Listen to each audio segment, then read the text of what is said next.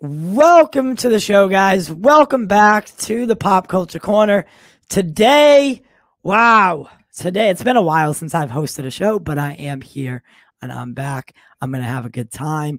But today we are doing something new. This is the morning pod, which, it was supposed to be at 8 a.m., but that's okay. It's still 8 a.m. somewhere. And I think that's like Las Vegas, where our new friend Austin is from. So that's okay. But today we are brought to you by Bonk's Bar in Philadelphia. If you're ever in the area, head over to Bonk's Bar, get your seafood, get all your seafood likings. I'm not a seafood fan, but I've heard it's pretty good. But they do sell beer and wine, all that good stuff. So if you're ever over in that area, head over to Bonk's Bar. Play some trivia on Tuesday nights. I think they moved it to.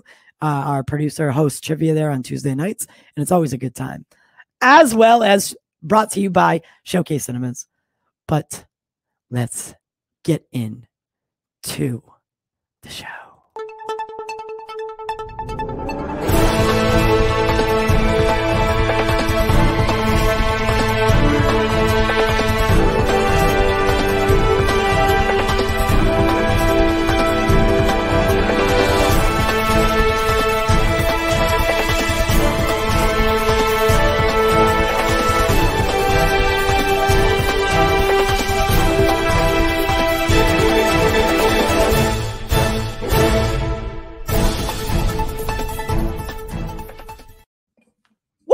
Welcome back, guys. I know you had to hear my ugly voice but with no face, so it was discombobulating. But thank you guys for joining me today. Thank you for joining me this morning. It is quite early, but this is the new thing. I like the early morning shows. Thank you guys all for sending your support my way through these past couple weeks have been quite trying and quite difficult for me. But with the support of all of you, you guys made it that much easier. Today, I'm joined by a new member or a trial member. I don't know what we're calling him, but he's a new friend of the Pop Culture Corner, and he'll be joining me typically in the mornings and sometimes at night. He's very knowledgeable, and I look forward to you guys getting to know him. Before we get him in there, we just want to throw a shout out to our Patreons, Odd, Nick DePalma, Caden Reed, and that one, Carlos. You guys are the lifeblood of the Pop Culture Corner. We did just open up that program. If it's something you are interested in, the link is in the description below. So these episodes will get transferred over to our podcast platforms as well. But we will start taking call-ins around 12:15. I tweeted out the link. So if you want to join the show, feel free to do so. Guys, welcome in Austin. How you doing, Austin? Man? What's up? How are you? Oh, I don't know. It's been quite the morning. I was telling you about the things that I had to deal with, but so far so good. I can't complain. So first things first, why don't you tell the good viewers who you are, what your background is, and we'll go from there. Yeah, man. What's up, everyone? My name is Austin Lynn. I'm from Las Vegas, born and raised. So I'm over here on the West Coast. Yeah, West Coast all the way. But basically been into filmmaking and entertainment, pop culture, all that type of stuff my entire life. In high school, I did filmmaking during high school and learned all that and just was super knowledgeable about stuff. I was like the one guy at the lunch table that, was talking about movies and actors and behind the scenes and directors, and everybody was like, what? Yeah. So on top of that, I read a lot of comics. I love comics. That's good. But yeah, that's basically it. I just love pop culture. I've started getting into that more and getting into the podcasting and the YouTube and all that to kind of get my knowledge out there, I guess. I got too much to say, too many thoughts in my head. Well, yeah, I think you'll fit in around here just good though. Just dandy. And like I said, we're happy to have you here. We're happy to have another person who's as dedicated to the craft as say I am or Jack is, or Justice. And we've been looking for someone who is just as committed and you know, I like what you've done, and I like how committed you were to getting my attention and all that good stuff. Thanks, man. Started off on like a sad note. You know, DMX passed away yesterday. I know you're into music. How you feeling about that? I mean, he was only 50 years old. So that's kind of tough. Like, so I know he had problems with like drugs and alcohol and stuff like that, but I mean, to see him pass, like such an icon in the rap industry, especially the music industry as a whole. But see someone pass so early is always kind of tragic. Yeah, and with him too, he's one of those figures that even if you're not like into rap, you know DMX, you know, whether it's Deadpool or you've been to a party or whatever, and you like his music, you know, whether you're into rap or not, you just you can dance, you can do whatever to it. I mean, you know, I have a lot of friends that are in the music business and rappers and all that, and they're definitely happy by it. I mean, he was an inspiration to so many, and of course, you know, I think probably this generation knows him best from like the Deadpool, you know, background. Yeah. And all that. X gonna give it to you. Yeah, exactly. Yeah, but man, the stuff. I mean, what he did, like in Woodstock, you know, in the 90s, like all those people, you know, crowded for him and stuff. Yeah, imagine trying to host a Woodstock like right now. Like it would be literally impossible because of all the restrictions. And I mean, I have a couple things to talk about that a little bit later. And I did kind of want to give an idea to because what we usually do on the show, right? So what we typically do on the Pop Culture Corner is we talk about movies, TV, sometimes anime and video games. Guys, this is going to be a little different. So we're trying to branch off a little bit, and like we'll still do all those shows that you've come to love or like. I don't know about love, right? That's a strong word. But this show in particular, no topic is really off topic, right? So talk about music, talk about current events. As long as we don't get too deep into politics, you know, that's fine with me. So think of like your morning shock jockey show mixed with like Joe Rogan, and then with Pop Culture Corner sprinkled over it.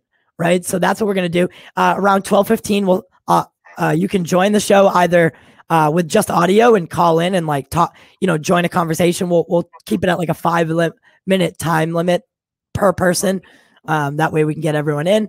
But the goal is to just have fun, have a good conversation. So Austin that's why I brought him in.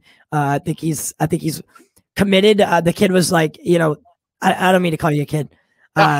The guy was like, "What time do you want me to wake up? Like 3 a.m?" I was like, "No, that's too."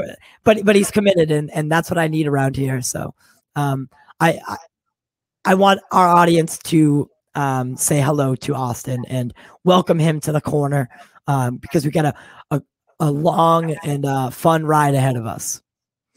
Yep. But here's something: I didn't watch Falcon and Winter Soldier. But what did you think of the episode without spoiler? Right, without spoilers. Without spoilers. I think this is like the episode everybody's been waiting for. If you followed like WandaVision, you know, it's like that show every week you have something to talk about, or like you're guessing and you can talk about it for hours. I think, you know, with Falcon and the Winter Soldier, these last couple episodes, at least for me, it was kind of meh, you know. Yeah. You know, there's like little hints and stuff, and it's, you know, cool to see you know, some of the references, but it hasn't been anything like WandaVision as far as like the weekly talks and guessing and stuff. Right. I think this week brought it to that level. It was about time. I think they're about halfway through the show now. This was the episode 4. Yeah, that was episode 4, right? Yeah. So they're halfway through. They're done. They're almost done. Yeah. Because there's only 6 episodes. But what I do like about Falcon and Winter Soldier is that the episodes are 40-something minutes long. Right. Yeah, they're longer. I mean, you still have those. I don't know what's up with Marvel, like the 12-minute credits. Oh my God, it's terrible. Yeah, I know. But but yeah, they this was the episode that like hooked me, that brought me in.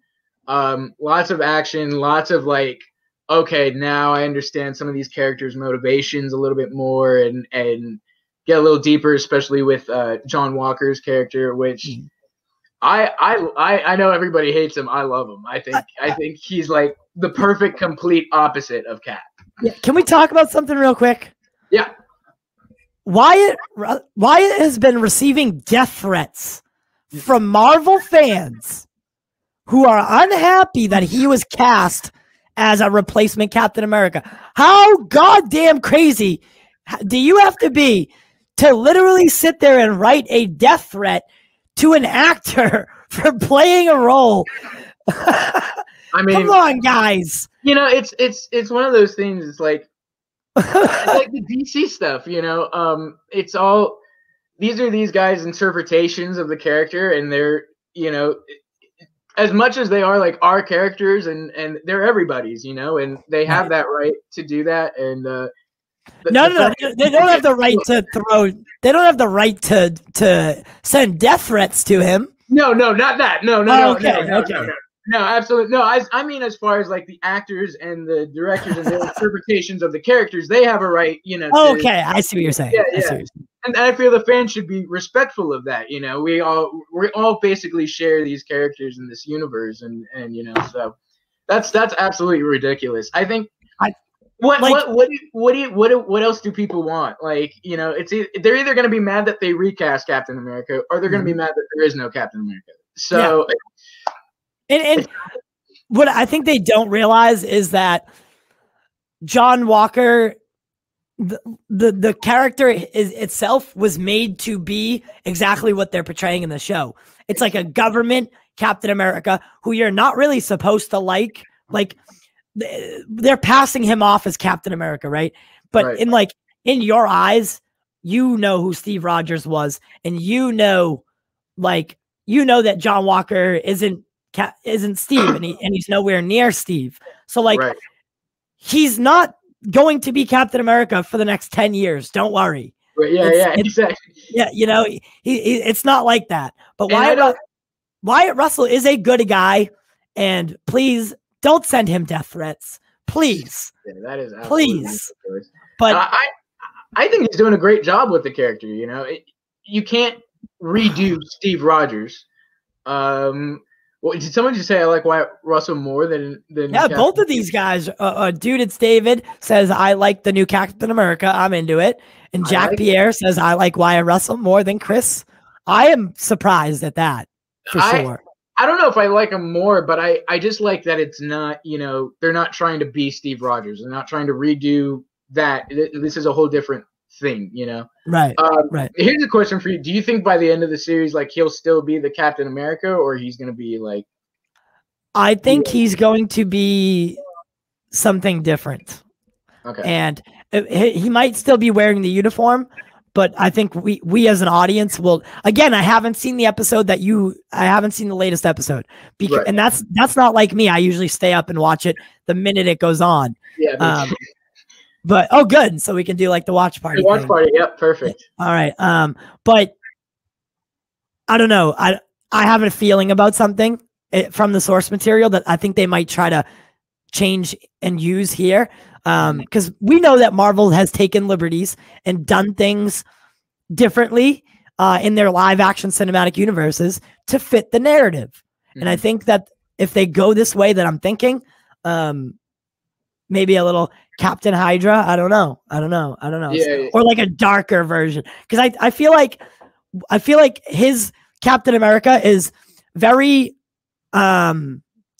envious of the super soldier serum, and he wants to take it so he can become a legitimized superhero. Like, he's not a superhero, and he knows it, right? And you know it, right? So those super soldier serums that he's chasing down, I think that he wants one so he can become Steve Rogers, or at least closer to the original character. That's just my guess. Again, I haven't seen it, but you know, I don't think his intentions are pure. Right. I mean, I'm kind of with you on that, in that, like, the Hydra thing. I think that they're gonna I think, you know, they're gonna do the secret empire type thing. I know that was Captain America working Hydra, but switch it with this guy. Yeah. So, but you know, I think I like this series more than I like WandaVision. really? Yeah, I do. WandaVision was what didn't hit for me, and I knew it wasn't going to hit for me the way I wanted it to. Expectations were way up here for it, and they only met to here. So Right. I think that was a problem with a lot of people's take on WandaVision. Yeah, I love what they did with the character stuff, but I think you're right. At the end, it was just by the end episode, it was underwhelming. I think for me, it was like, oh, Right. okay, expected a little something, you know? Yeah, for sure. But some obscure stuff here. Ready? Some obscure stuff here. Sure. So, oh shit, I forgot what I was gonna say. That happens every so often. Oh, that was great. I had this. Okay. Oh, so have you got vaccinated yet? I got it in my head now. No, have you gotten vaccinated? I haven't gotten vaccinated. No. How old are you? I'm 24. You're 24. I'm 28. I haven't gotten vaccinated. There's been a couple problems with the vaccination sites, and a lot of people are. There's been a lot of them that are shutting down. Shutting down like the sites. And then like just to go a little bit further, 40% of Marine Corps, like people in the Marine Corps have declined the COVID-19 vaccine. Now, what are your thoughts on the vaccine, and like, would you ever take it? Why would you take it? I mean, I'm not gonna lie. I never get like the flu shot, or I never get any of that type of stuff. I think this one I probably would, just kind of like for the greater good type thing. I get the vaccine, and I know my mom, she's in the healthcare system, so she's got the vaccine. Yeah. I think there's one I'm definitely a little wary of, the Johnson & Johnson one that like I don't. That's the one I'm speaking about right now. Yes, that's what I was getting to. Yeah, that's the one that I don't think I would take that one. It's different, right? So it's one shot. Right, it's one shot rather than the two shots, right? And and like Joe Rogan has talked about it.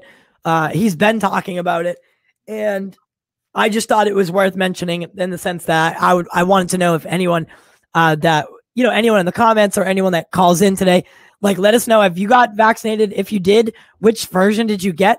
And then we can continue that conversation when we hear from somebody. I do have a funny little story if anyone wants to hear it. Let me think. No, I said I have a funny story if anyone wants to hear it. Oh, okay. I totally was like, well, go for it. Yeah. Okay. So my mother passed away, I think, as everyone knows. So her services were yesterday, right? And my mother so she was a big fan of Coca-Cola, right? She loved Coke. Like, she loved the drink Coke. And so much that, like, when you go to my mother's house, she always has Coke, right? A 12-pack, or an extra 12-pack, so you can get one, yada, yada, yada, yada, yada, right? And so we had an open casket yesterday, and I get up to, I don't know where it came from, but I went up and I paid my respects to my mother, and then I got in line because I was one of the ones who, like, that they come and see the family after. I went back up probably an hour later, and there was 2 full Coca-Colas in her casket, like, around her. And I was just like, but I didn't see them get put in, and I don't know how they got there. So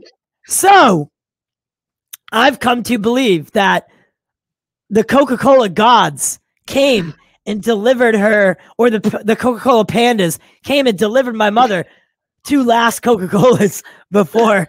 I was watching people go up there. I didn't see one person put a Coke in. Next thing I know, there's a Coke in there. But it was just like, it was so like my mother. But that's just the beginning of the story. But so we had like more of a celebration of her life yesterday, and it was beautiful. And so many people turned out, and I got to talk to a lot of old friends and talk to a lot of people that I haven't seen in a long time.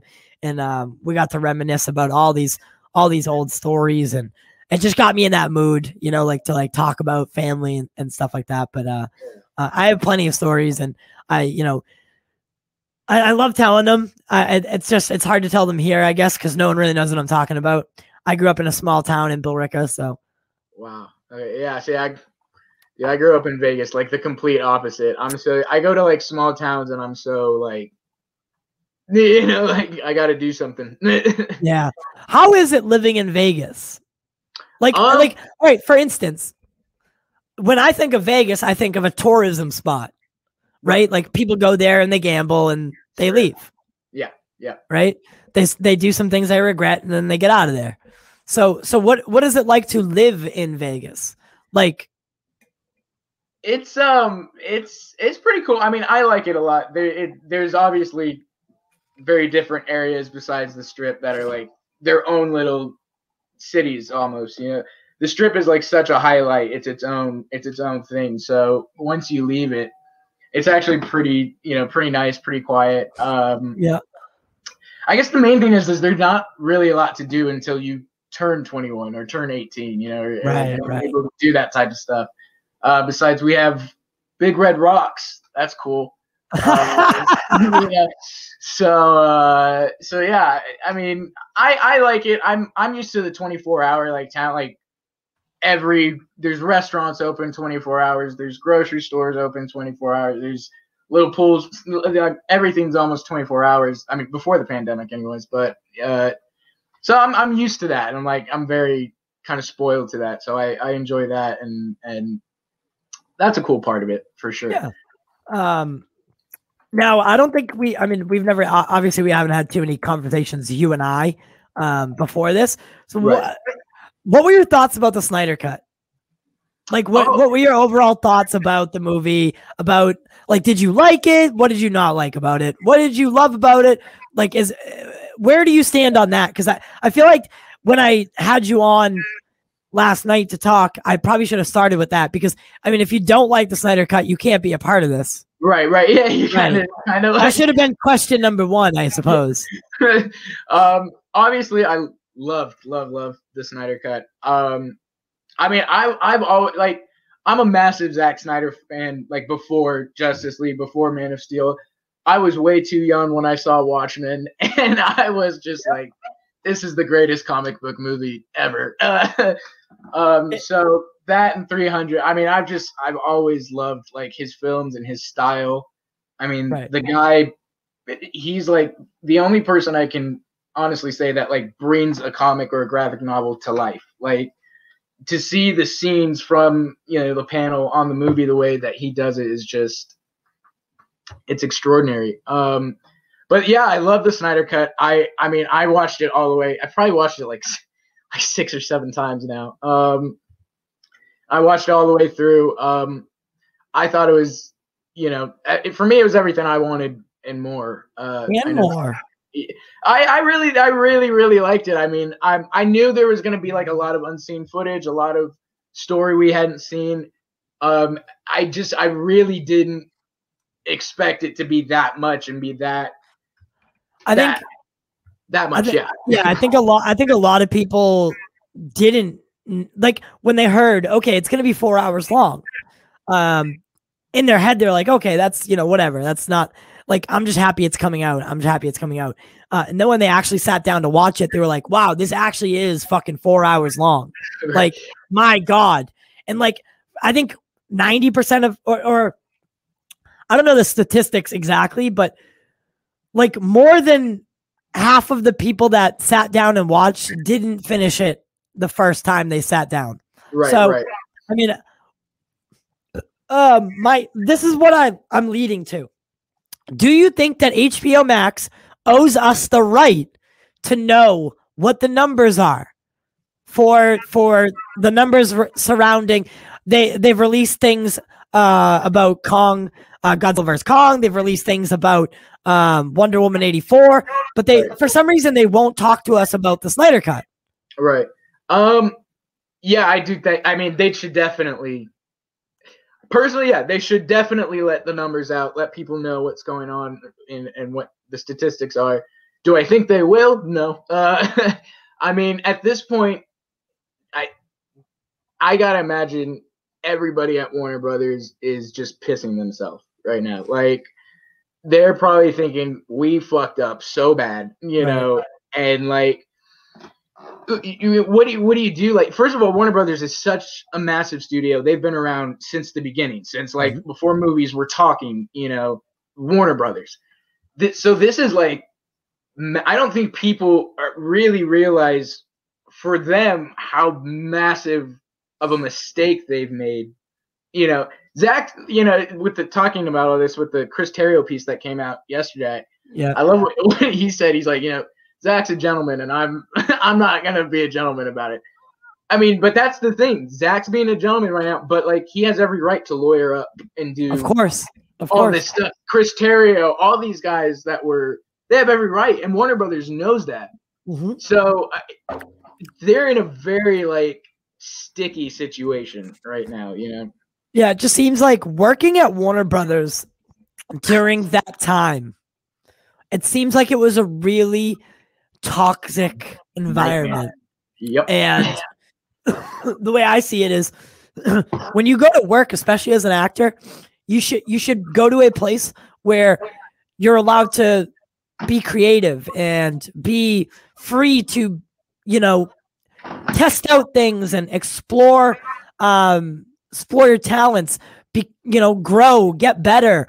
But it seems like at Warner Brothers, like they were more focused on like becoming Disney than they were about you being like they were more focused with becoming Disney, where they started to hold back the people that they hired in a sense that, you know, they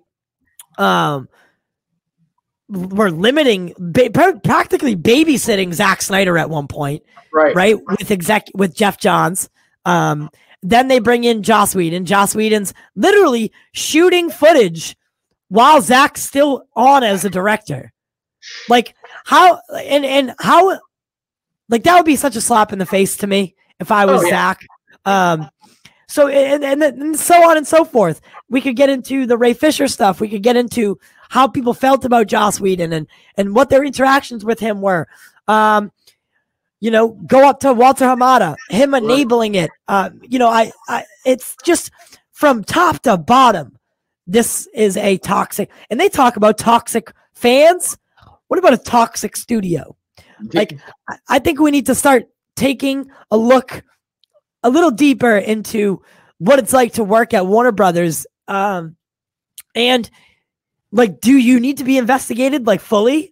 Like you invest, yeah, we got the investigation for Ray Fisher, but do we need to start looking into how you go about things? Because it seems like we're starting to get a fuller picture, right? More people every day are saying, you know, it was a terrible place to work. Yep. Yeah. And Fabian Wagner also came out and said some stuff. Ben, people are waiting for Ben, and that's the thing. I don't know. That's the interesting thing. I don't think Ben's gonna say anything. I know people are like waiting in the wings for it, but as far as I know, I'm pretty sure he's still he still has deals at Warner Brothers. He's still as far as a director and producer and stuff. Well, and so, I mean, he still also wants to be in other movies, you know. So that's the thing that's hard. That's why Ezra Miller has been so silent. You know, you never hear from Ezra because he's like, I got the Flash movie coming out. Like, I can't jeopardize my career.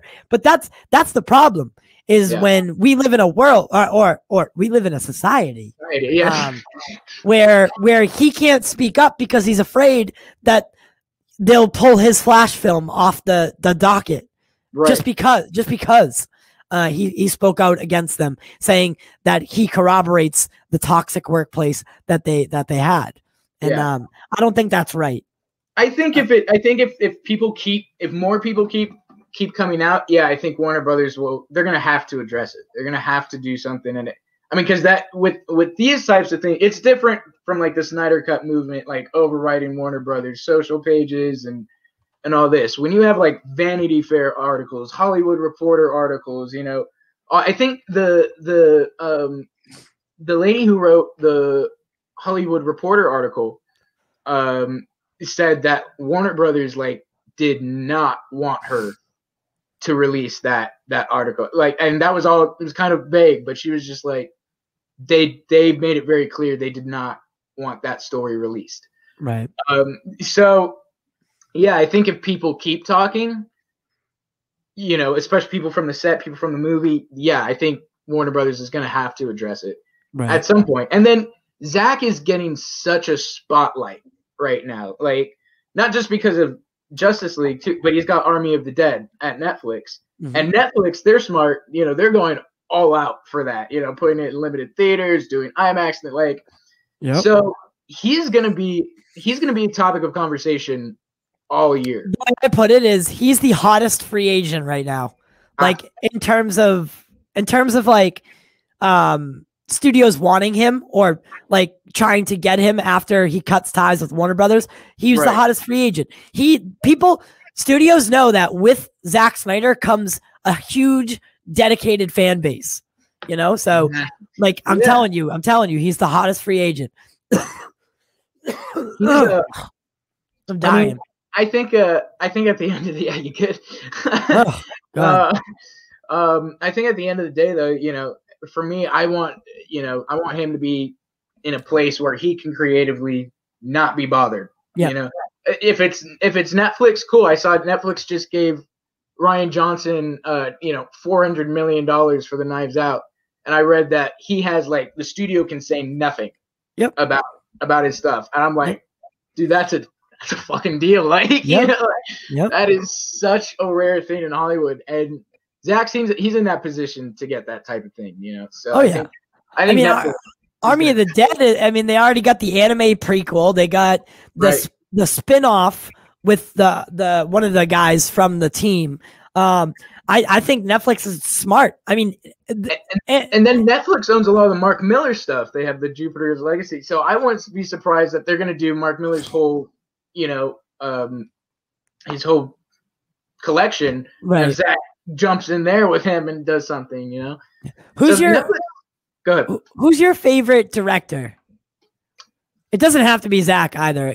Obviously, it might be Zack. It might be Zack. It's tough. I think like for me, it's three. It's Zack, Christopher Nolan, and Martin Scorsese. Those three are just like. I hear you on that. Yeah. Mine, yeah. All right. Well, you did three, so I'm gonna do three. Yeah. So mine are in a row: Zack Snyder, Chris Nolan, Quentin Tarantino. So we have similar lists, but we differ at the end of it. Quentin's in my top 5 for sure. I bet, yeah. And then what's your favorite movie? I think it's a little twisted, but a movie that I can watch over and over is Seven. I think probably Seven. I love that movie, man. Seven's great. Seven's great. What's in the box, man? Come on. In the box. It's one of those movies, like, and then in film school, they showed it to us in film school, so it's just like. Oh, it's a great film school movie. Just everything from top to bottom. The cinematography, the acting, the directing, everything is just. Yeah, and it's for me, it's one of those movies like you can watch over and over again. You catch new things. You're still like on the edge of your seat. You're still chilled out. Zach, Chris, and Steven. I like it. Actually, so we have like our top two are all similar, but I have a hot take. What's a hot take? I don't like Steven. I think Steven Spielberg should have quit directing in 2000. Woo! I love it. I love it. Why? Why do you think that? Look at his filmography. Look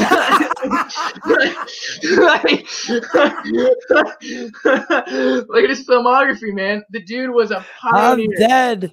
Third Encounters, Saving Private Ryan, Schindler's List, E.T., Indiana Jones. I mean, not only were these like phenomenal, great movies, these were like leading the way in how the filmmaking was being made and all that. And then came, Munich and World of the Worlds and all that other stuff. And have you seen? Sorry, Lincoln was the most hurtful for me. Yeah, it was pretty rough to watch. I was like, dude, that people loved it though. I don't know why. People loved it. It was so boring. I know. Yeah, I fell asleep within 20 minutes of it starting. Same. Oh my god. My mom loved it. Of course, right? That's but so okay. War of the Worlds, by the way, there's a show on BBC, I think. Is it BBC and Epix or something like that? Yeah. There's like a new one. I think it's awesome. I haven't seen it, but I know that. Man, it's awesome. It's a closer adaptation, right? It's a way closer adaptation to, but the like War of the Worlds. Like I was scared to watch it because I was like, oh, I don't want to watch Tom Cruise in something again. But that was like a joke in my head. I knew he wasn't in it, but I was nervous because War of the Worlds was a good film, but it wasn't my favorite. So I was like, do I want to watch a whole TV show? But then it's so good. It's so good. And I gotta check it out. Check that out. I think it's on Stars or Epix or something like that. I'll have to. Where's Jack when you need him? He knows all that kind of stuff. I'll check it out. You know the one thing I haven't watched because I love. Not only do I love Zack Snyder's version so much, I love the graphic novel. I haven't seen the Watchmen show on HBO. Oh, that's another. Oh my god! Really? Wow!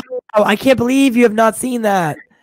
That's I know. Well, I know it's very it's a whole different thing, right? Like it's so that I mean I don't know. I'm a little iffy about it. It's a groundbreaking show, really though. Especially in the time that we're living in right now with like the high race, like when systemic racism is like almost at a boiling point, and the way people are treated, like it tackles all those real life issues in a way that is relevant to the original graphic novel. So like they obviously take liberties with some things because they have to.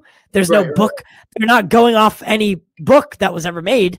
They're writing a story that didn't ever existed, right? They're taking the source material, which was this, the Watchmen graphic novel, and pretty much making a sequel to it with kind of like Game of Thrones season 8 or whatever, right? There's no book, so let's wing it.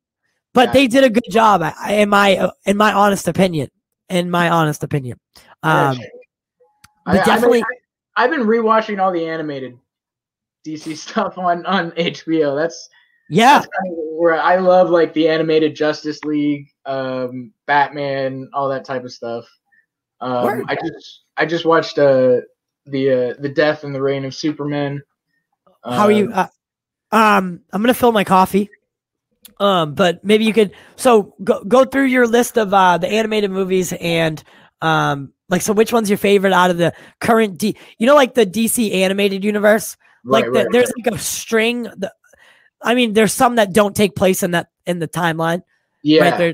But which one's your favorite? My favorite was the Flashpoint.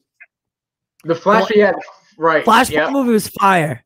I saw that. Yeah, Flashpoint was really, really good. I think the other ones, I'm not too crazy about like the ones that were like in that little universe. I like Justice League Dark a lot. I thought that was cool. And Justice League, I think it was Apocalypse.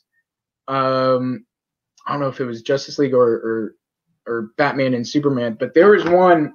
My all-time favorite was there was one with Batman and Superman, and it was Supergirl comes to Earth and Darkseid takes her over, and Batman and Superman got to figure out all how to get her back. I think he's anti-life and all that.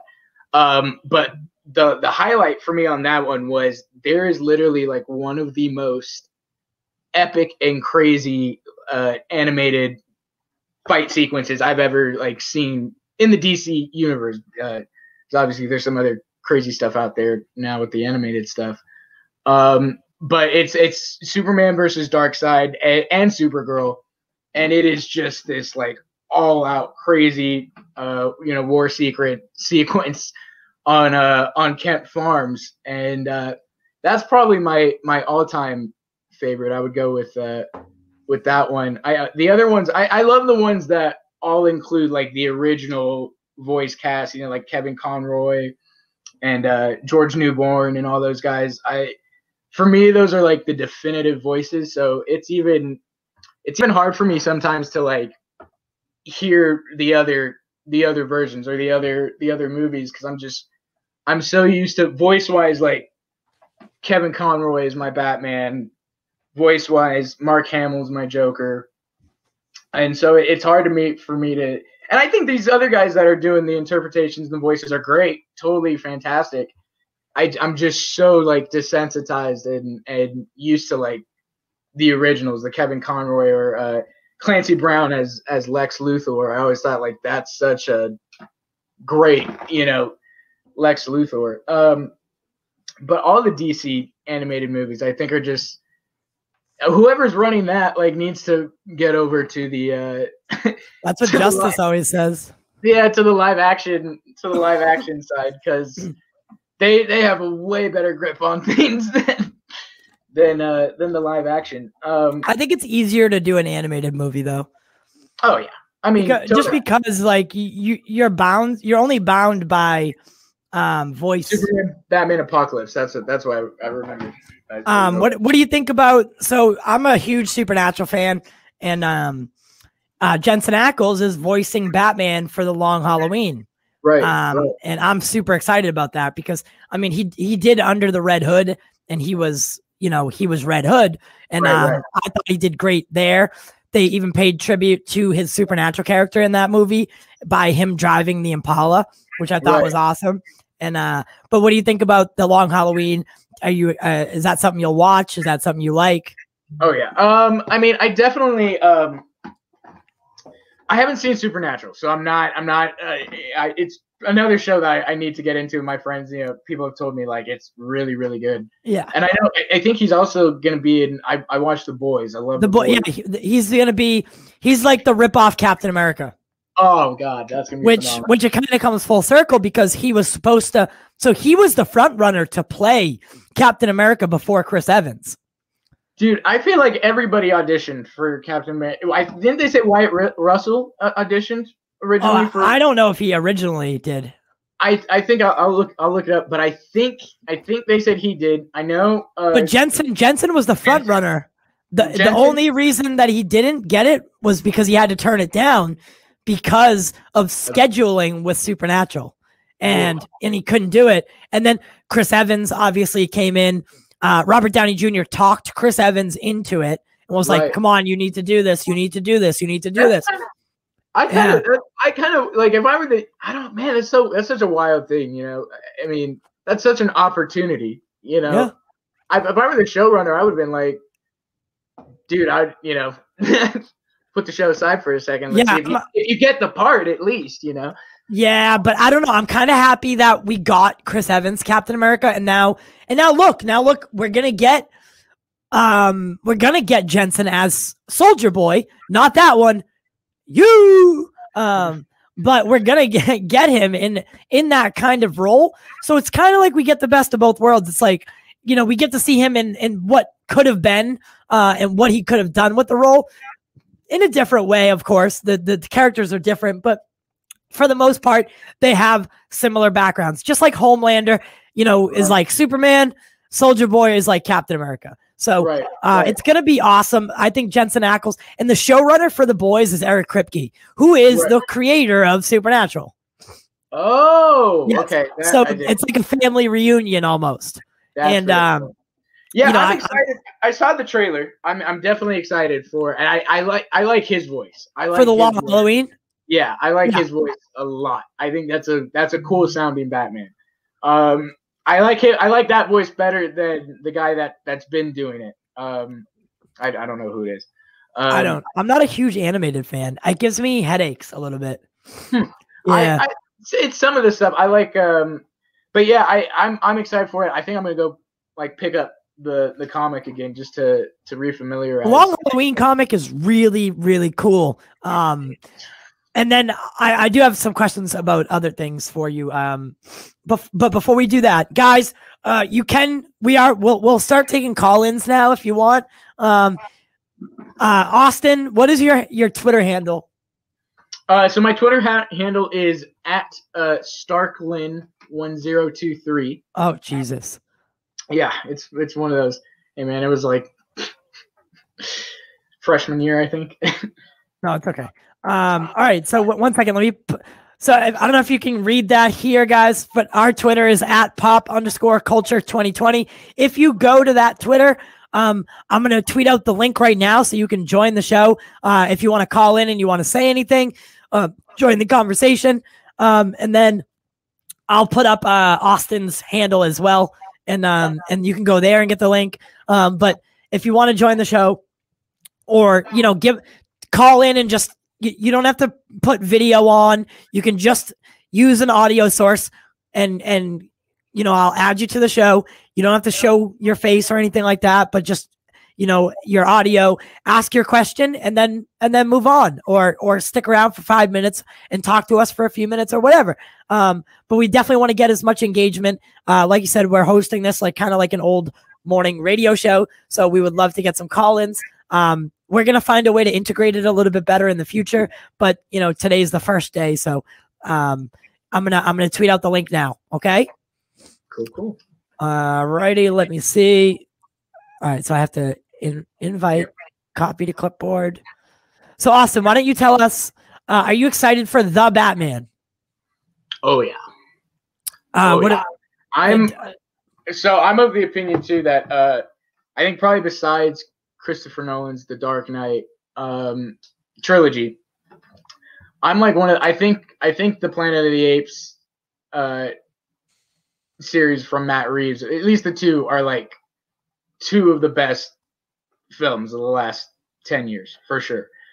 I really love what he did with the Planet of the Apes in that series, and I think he's gonna. I mean, what we saw from the trailer that he said was like 25% of the way done, I was like, oh, this is gonna be crazy. The cast too, Colin Farrell, and I'm a big Paul Dano fan. Oh yeah. If people, it's so great. People don't know who Paul Dano is, but he's like one of the best actors. Like he's Leonardo DiCaprio level. In my opinion, he did a movie There Will Be Blood that is just like crazy. But he's playing Riddler, and I know like that's gonna be like a twisted, fantastic performance. I think people are jumping to conclusions. Like they think, oh my god, it's gonna be exactly like Chris Nolan's. I really don't. I don't think that is true at all. No, I don't think so. Chris Nolan, like I love what he did. I love what he did. It's phenomenal, that franchise. But it was very, very, very, very grounded, like in reality, it felt like almost like this is, like the only superhero in the world, and it was very contained, but very grounded. This feels like, okay, we're going to start to see a little bit more of, some of the characters from the comics, and, we're going to see like more of a gallery instead of like Batman taking on one villain at a time. We're see Penguin and Riddler and all these other guys, Right. That's and I think so. Have you ever seen Gotham by Gaslight? That one I did not see, and I was just thinking about it. I was gonna watch it, but yeah. The Riddler and what's the other guy's name? So the Riddler ends up being someone else. Oh, why am I drawing a blank on this all right now? Someone in the chat knows. But that's the story. Like, I think they're pulling a little bit from it because, you find out that the character ends up being the Riddler at the end, and when we see the Riddler, in the Batman trailer, he doesn't really look like the Riddler, right? Right. He's got like that. Right. Yeah. Right. Or whatever. So that's why we're thinking maybe they're going that route. And I think that'd be really cool. Be a different take on the character. Obviously we've gotten Jim. It was Batman Hush. Yeah. Yep. Hush. That one I didn't see either, but I was that's another one. So we think that they're pulling from Batman Hush, but also with it kind of gives you that Gotham by Gaslight feel. So I think that could be really cool. And obviously we've gotten the Jim Carrey Riddler, right? Like the classic, Riddler style, but we never got I think it'd be interesting in a real world situation, like a real world Batman that we're getting with Robert Pattinson, to have a real world like villain. And that's kind of who you get with the Riddler and Hush. So I think it's going to be really cool. Oh yeah. I think so too. And I think, I feel like Matt's going to do more of like a kind of like even the Arkham type style, the agility and the speed of this Batman just looks sick. When he punches and knocks out that dude. And he doesn't just punch and knock that dude out. He breaks his face. He breaks that dude in half. Yeah, but that's why I was like, oh man, that type of agility and speed. I'm like, I look forward to seeing a Batman like that we haven't seen. I think probably besides Ben Affleck, when I went back and realized, is probably the other most fastest and able to do stuff, Batman on screen. Mm-hmm. Christian Bale's suit is very, kind of robotic and has to, I don't know. I think that's going to be cool to see him actually be agile, Yeah.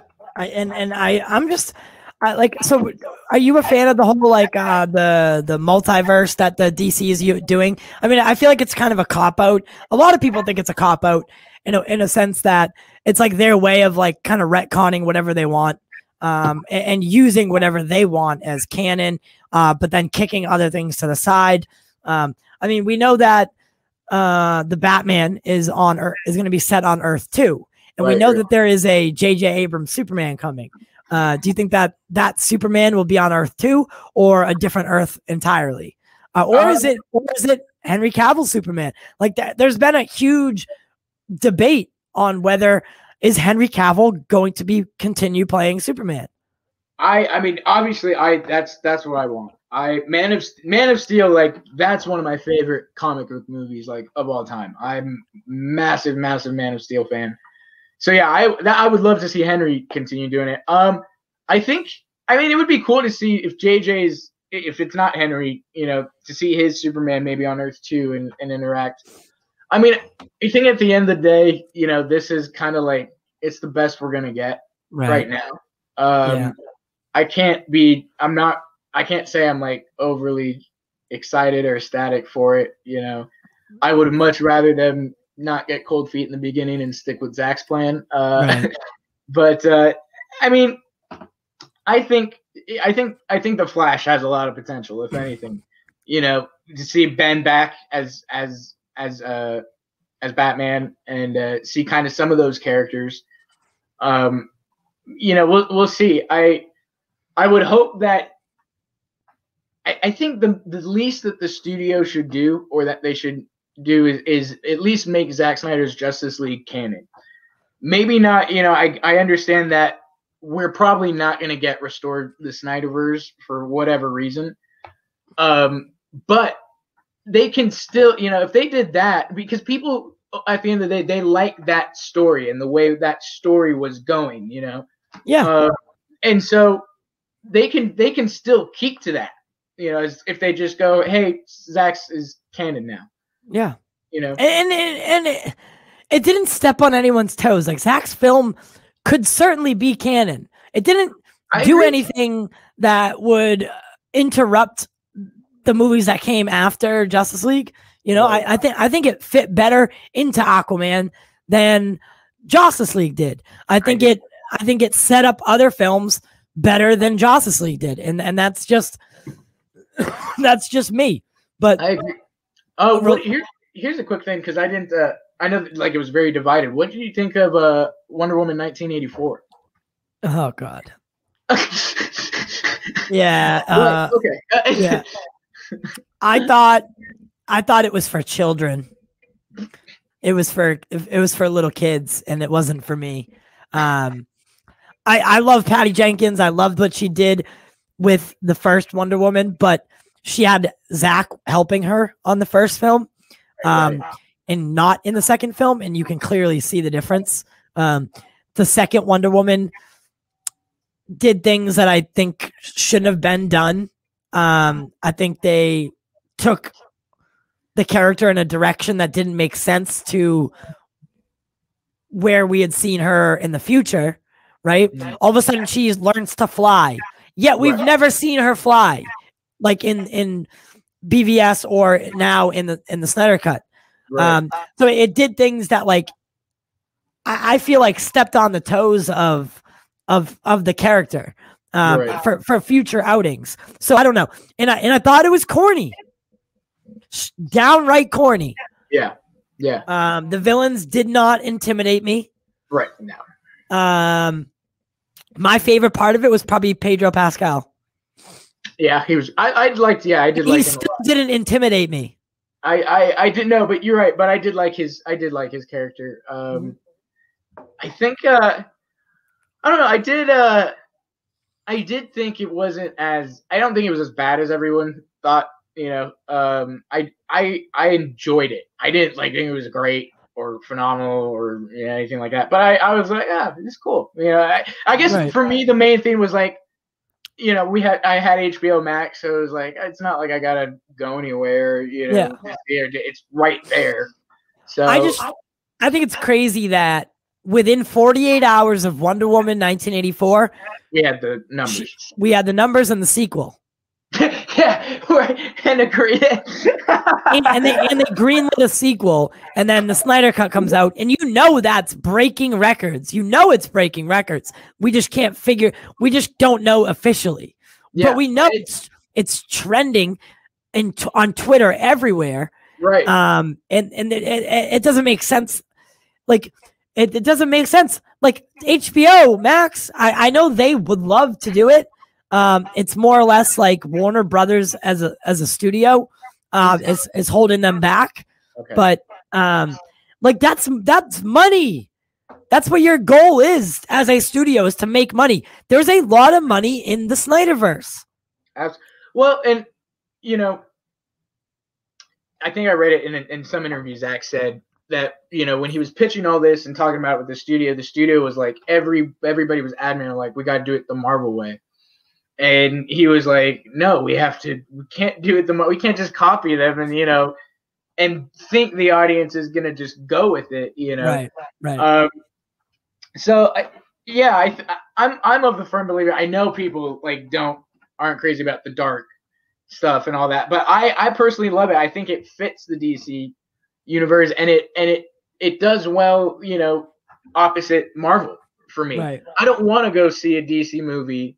And I know people love Shazam, and I thought Shazam was really good too, but it was super Marvel. Right. It was super. I'm not kidding. I couldn't tell the difference between that or a Marvel movie, if it was DC or not. For Shazam, right? Yeah, for Shazam. Did you like Shazam though?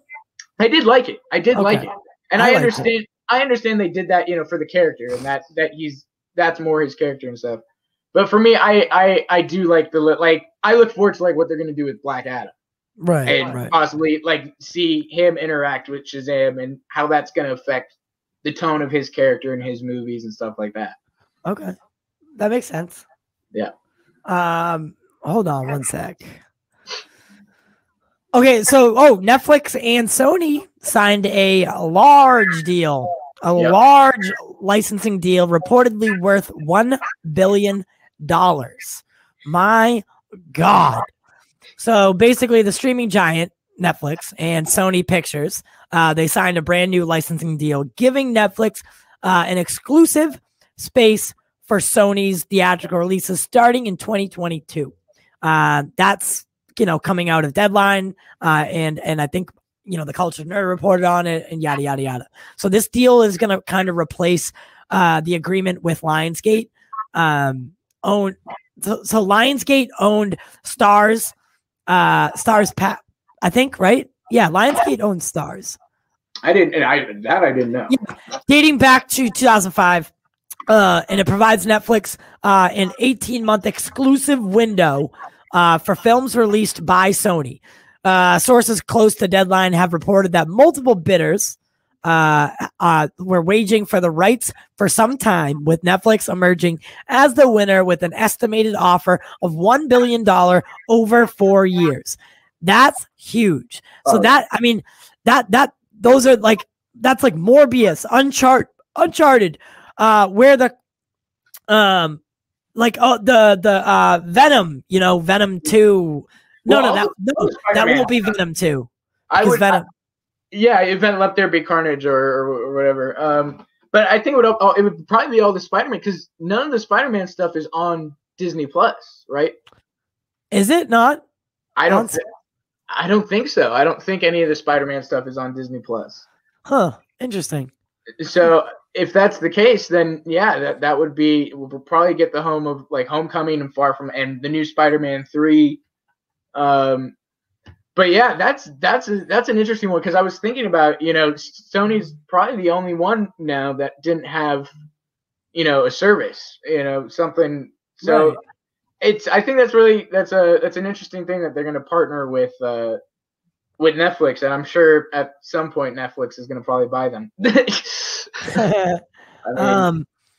I might try something different here. Sure. All right. You can keep talking. But yeah, I mean, I think that's, and the Knives Out sequels are going to be on Netflix too. Yep. So you got Daniel Craig, and I think I read somewhere that those guys are getting $100 million each. Rian Johnson, Daniel Craig, and whoever else one of the producers was. But that's gonna be. I think that sets Sony up, or sets Netflix up some more, because for me, they're like, I haven't watched anything on Netflix in months. Man. I've been watching a lot of documentaries. Okay. All right, guys, call this number if you want to call in. If you want to just call this number and call in, and I'll use the phone and put it up, and that way we can hear it. And we'll do it through Podbean next week, and it'll make it easier because you can actually call in through that. But this is how people like to do it. Cool. They don't like to come on to StreamYard. It's different, So, guys, if you want to call into the show, call 617-863-7077. That's the Pop Culture Corner's phone number. So, give us a call and give us a couple things to talk about while we're waiting for that. I would like to hear, so you have a podcast already, right? Yeah. I do have a podcast called Comic Nerd Rave. Okay. I do that with two of my good friends, Tyler and Zach, and we basically we talk all things comics and Star Wars, basically. We talk a little bit, we saw Godzilla versus King Kong and all that. But we mainly stick to the comic book stuff. We do a lot of actual comic reviews and stuff. I'm a big fan of Boom Studios. Okay. If anybody out there loves Boom Studios, they're a phenomenal studio. They have a really cool comic I'm reading right now by Keanu Reeves that he released. He'd been working on for I think the past 10 years. And he got some of the top comic artists to do it. And that's another one. Netflix bought the rights to that and is going to do a movie for that. We basically do the comic book stuff. And where can they find that? So it's on everywhere podcasts are. The Google Podcast, Spotify, Apple Podcasts, Anchor. Okay. So yeah, they can find that anywhere. Awesome. Yeah, and I know for a fact that I listened to the episode. You said you interviewed Sean O'Connell the other day. He's a good friend of the shows. He's a good friend of mine and a good friend of the shows. So yeah. I know that was probably a fun interview for you. Is that the only interview that you've done on that podcast? Yeah, that's the only one that we've done on that podcast. That was the first one that because like we were talking about the Snyder Cut so much, I was a big Snyder Cut advocate, so I was like doing all these shows based on that, and I just kind of reached out to him, and he was nice enough to come on and talk to us. But he's awesome. Yeah, he's super, super cool. But that was something I really enjoyed too, was interviewing and just kind of talking to him about like the business and what he learned. I mean, he learned like so much stuff, and then on top of it, he was on set in 2016. So like I was super interested in what he saw there and stuff. But yeah, that was a cool interview. Also, his book is phenomenal. If you haven't read it, I finished reading it a few weeks ago, and it's really, really, really good. Yeah, I loved it. A lot of information that I was just like, wow. Yeah, I think Sean. And the problem, people give Sean a lot of crap, for being like they call him a fake fan, but in reality, he's not. He just had a change of heart. He used to not like the DC universe, and now he does. And like that's not illegal. Right. I know many people that I literally know so many people that back when Man of Steel came out and we all talked about it, they were like, I hate that movie. And now they're like, it's phenomenal. We love it. I mean, it's like the same thing when I watched Star Wars. I wasn't a huge fan at first. And then I grew to love it because I watched it with a new light, right? I watched it with a new mindset and I became a fan of it. So, I think, oh shit. All right. 1 second. We got caller number 1. Yeah. Can you hear that though? To accept, press 1. Yeah. Send a voicemail, press. What's going on, movie dogs? Hey, what's going on, brother? Nothing much. I just want to make sure everyone can hear you. 1 second. Internal speakers. There we go. All right. Okay. Austin, can you say something real quick? Yo, what's up? Can you hear him faintly? Faintly, yes. All right. I mean, if you need to hear Austin, you maybe like find the show live or something, like so that you can hear both of us. You know what I mean? On YouTube. That way you can hear him and me, but then you can speak as well. All right. We're trying to figure this out. Yeah, my Kindle for some reason is I can't even leave comments or everything because it won't let me go to my desktop. Yeah. On my Kindle, I don't know what's going on, so I'm probably gonna have to reboot the thing. So I'll probably be off everything for a little while. Yeah, that's all right. So luckily, I got all my shows loaded up and everything for the next month. So what do you? What's been going on? What's been going on lately? Just a few things here and there, just a few personal things, and then about 2 weeks ago I had a mild seizure, so it kind of put me out of action for a little bit. So that's why I haven't been too active. Yeah, around anywhere. So yeah, same here, man. Same here. And I know. I'm sorry to get back to mother, man. Yeah, thank you so much. Her services were yesterday, so we got to do that, and it was beautiful, and we celebrated her life rather than mourned her passing. Yeah, I know. This past Easter we made 10 years that my brother and my father, my brother had passed away. So yep. I was actually able to enjoy Easter this year. Watching my kids, and my, hanging out and everything. I actually celebrated it. I figured, my mourning that day should be over, and so it felt good. It felt good, and yeah. But are you? So what are your thoughts on the upcoming Mortal Kombat movie? I'm very excited. As a matter of fact, I'm going to be here in a little bit filming another episode of Physical Media Format about that movie because I have it on VHS, the original movie. I'm very excited. It's about time. Everybody, those sequels and everything that came after the original Mortal Kombat movie left a really bad taste in everyone's mouth. I mean, and it needed a reboot. For sure. I mean, we're in a technology age now to where they can do anything they want when it comes to those characters, and it looks like an ensemble too. Like, you know, the first one was a bit of an ensemble as well, but this one looks like a real big ensemble that there's not one lead character that's focused on the most. And I'm really excited for this movie. Yeah, Austin, how are you? Are you excited for Mortal Kombat? Super, super excited. I mean, I love the games. I still play the games. So yeah, for me, this is a dream come true. It looks like they're going to be pretty true to, you know, to everything and keep like gore, the fatalities and all that. I'm super, super stoked. I think, I'll probably even try and go see that one in a theater if I can.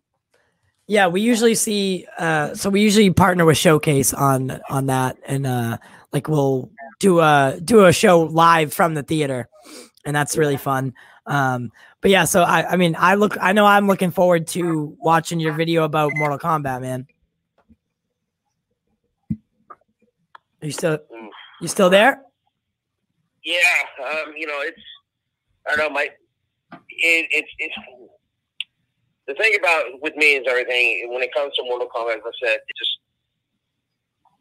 it is the creme of the creme of video games, especially for my generation. And oh yeah, I want it. I'm hoping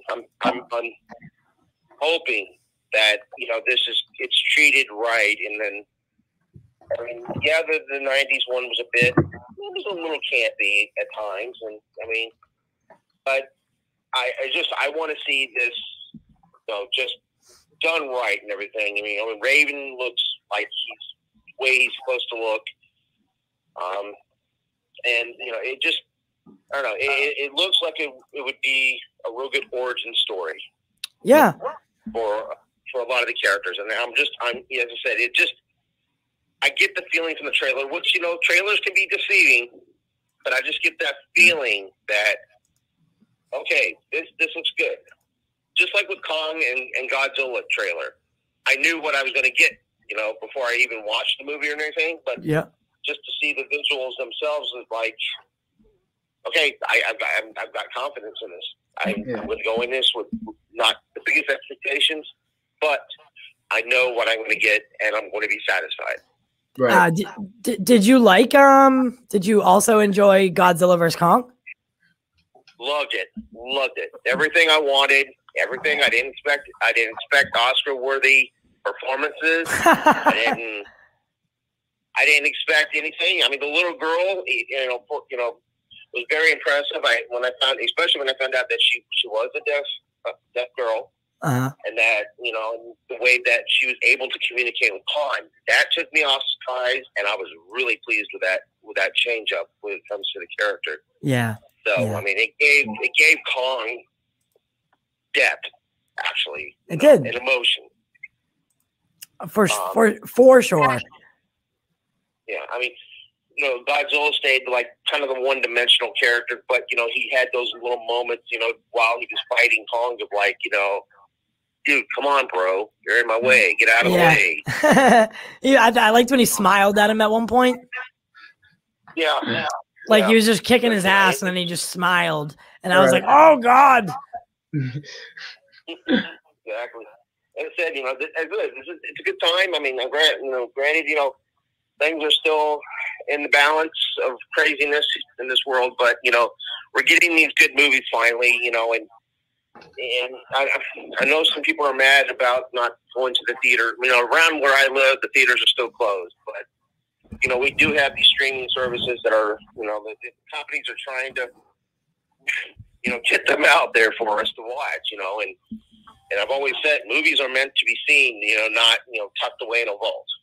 Yeah. So it's, you know, like I said, it's, you know, it's a good time, you know, it keeps people occupied. It's stupid, fun humor, and, you know, let's eat it up for what it is and love it and respect it. No, I couldn't agree more. And so let's work something out. And you know, I was a little bit busy with everything that was going on. But let's work something out, and you know, maybe me and Austin, or just me, or whatever case it may be. You know, I can come over and join you for an episode. And I would love to do that, man. All right, yeah, no problem. Just you got Mom.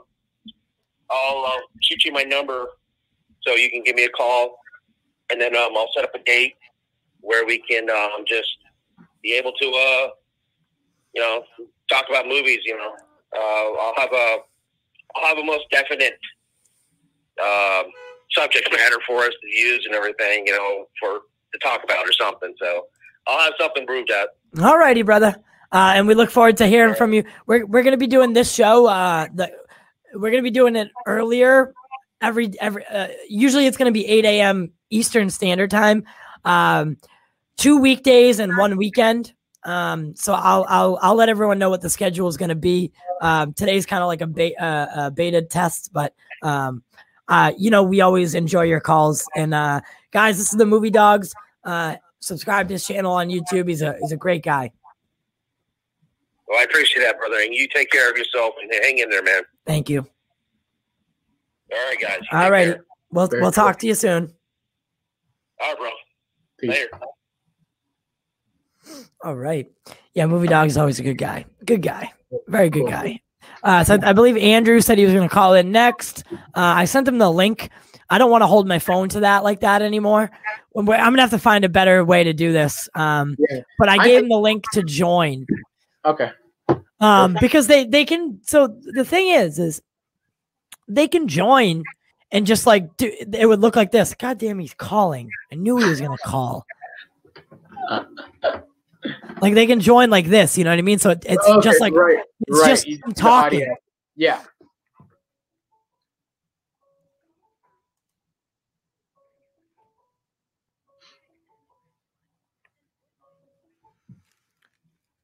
Andrew?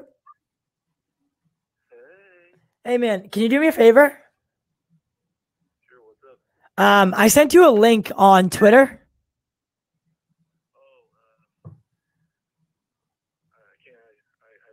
I would see that, but I can't my Twitter now, so I might as well do this instead. Wait, what was that? I said I would. Yeah, call number 2 difficulties. Stay tuned.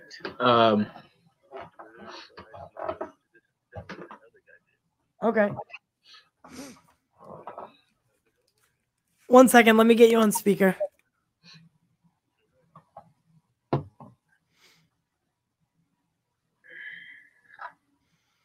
All right, and are you watching the show? I was before I called in. All right, just put it back on so you can hear Austin. But what? Let me go to my computer. Can you hear him? Yeah, I can hear. Okay. Ooh. See, we're gonna have to figure out a better way for this. Right, yeah. Hold on a second.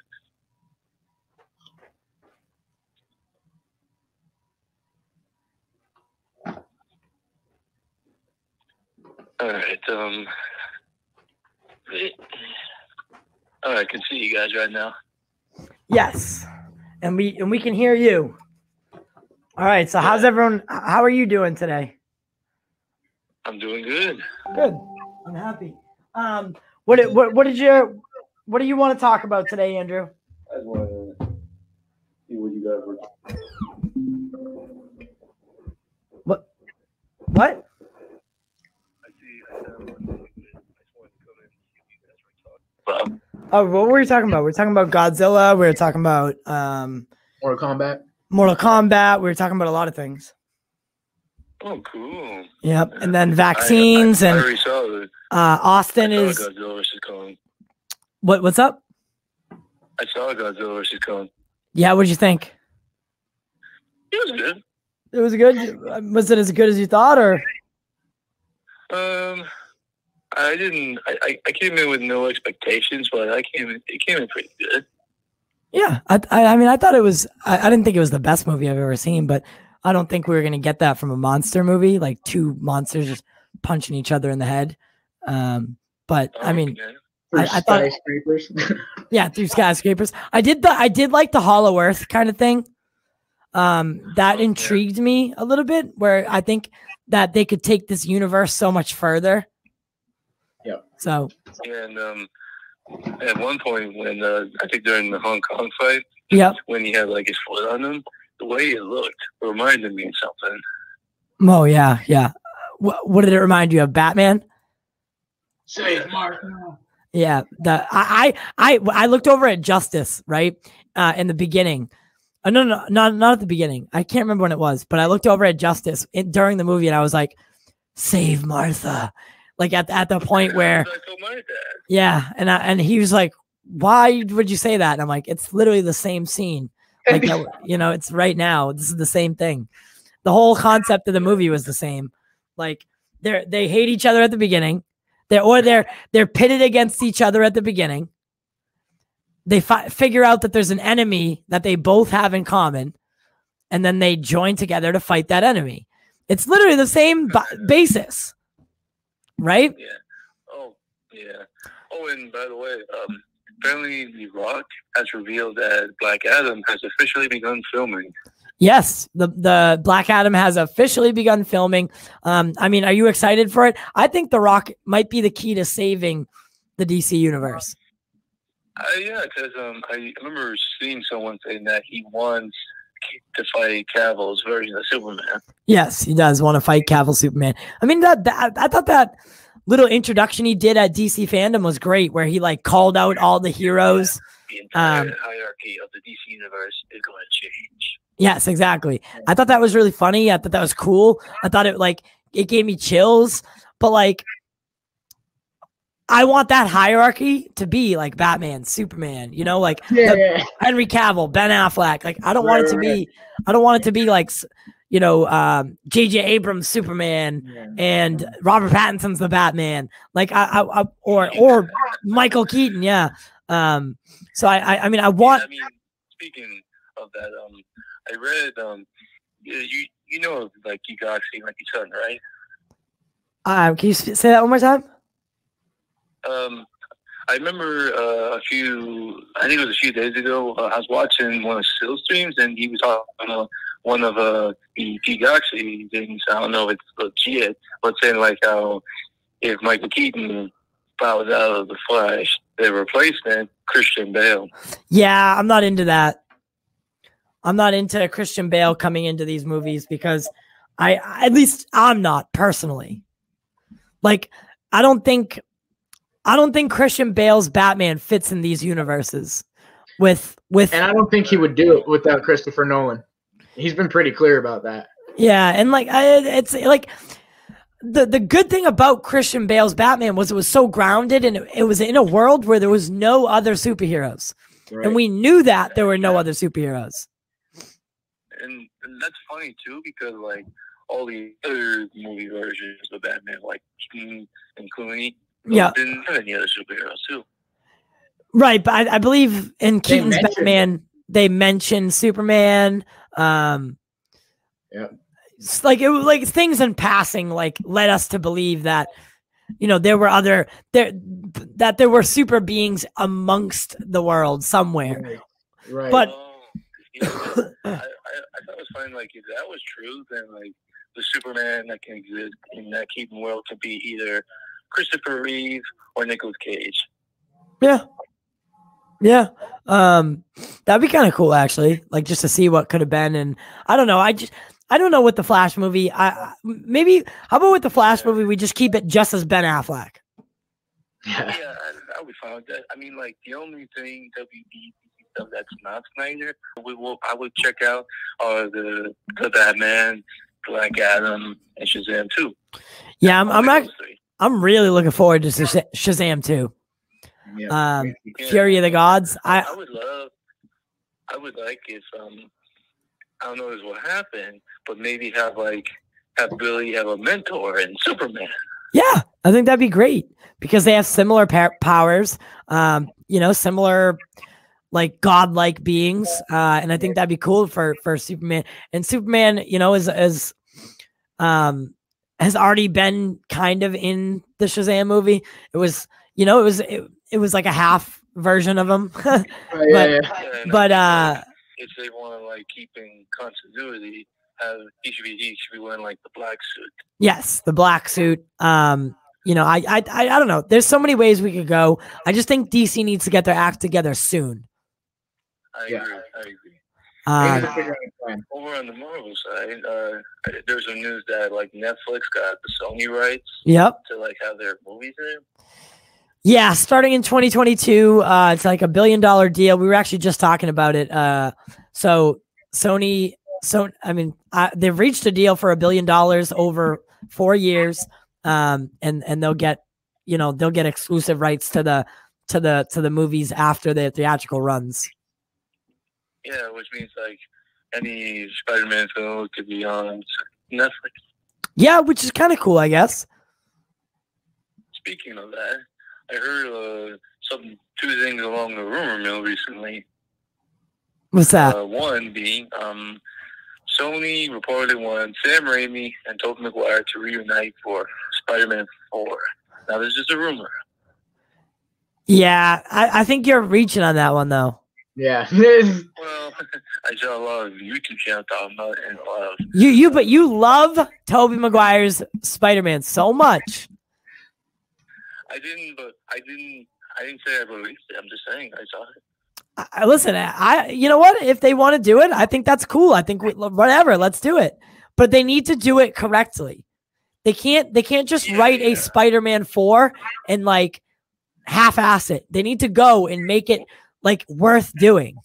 I think like the way they can write this is like if it's true that this version appears in the MCU multiverse, either in the third Spider-Man film, Doctor Strange 2, it can leave with he goes back to his Earth, right, for more adventures. Right. Yeah, that'd be cool. What's the second rumor?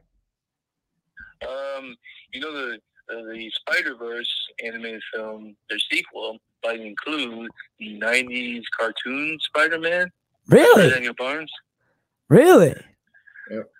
Yeah, I mean, I don't know if that could be true or not because the actor came out recently saying that he debunked it, but we'll see then. Yeah, that's awesome, man. The second one's pretty cool. But yeah, so we're about to wrap it up.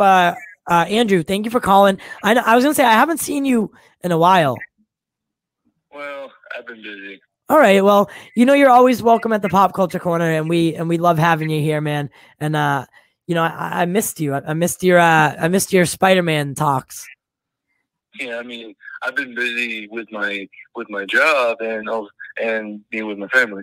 Hey, man, I respect that. But I'll let you know when we do the next show, and we'll get you to call in again. All right. You got it. All right, Andrew. Thank you so much. All right. Yeah. Bye-bye. All right. So we're approaching that time. We got like 3 more minutes left. So any parting words? I know this one was kind of a little bit of a jumble, but we're still working out some kinks with like the calling in and the structure. Again, me and him did the interview last night with him, and then we were like, all right, so tomorrow we'll start. So we didn't really have a lot of time to prep. I was thinking if you want to go again tomorrow morning. Let's do it. All right, 8 in the morning. Cool. 8 a.m. my time. Cool. All right, so guys, and I'll talk to you after. Guys, tomorrow, join us live at 8 a.m. again, right here, same place, different time, at 8 a.m. Eastern Standard Time for the morning pod. It's going to be a great time. You'll be getting used to me and him. We'll be getting used to each other, and we'll be, getting the ball rolling, getting things running and running in sync. Yeah, we both did it. That's awesome. Guys, don't forget to become a patron of the corner. Help support the show. It really does help. It helps me keep these streams HD. It helps me send things to the team, right? Like webcams, like microphone arms, microphones, all those good things to keep the production running smoothly. It also helps me be able to send you gifts every year. But if you are a member of the Pop Culture Corner Patreon, that's a mouthful, man.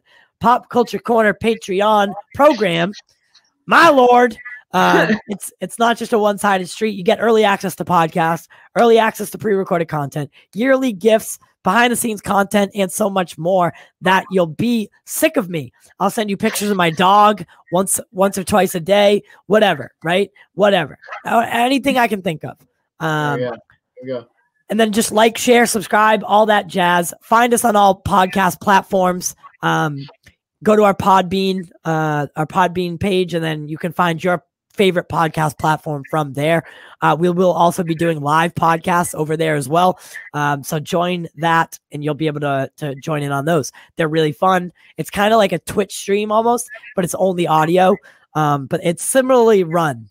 And it's really, really, really, really cool. So we'll keep you updated on where things are going. But we do it for you, and we do it for the culture. We'll see you tomorrow. And Austin, you can say bye now too. Okay. Peace out, everybody.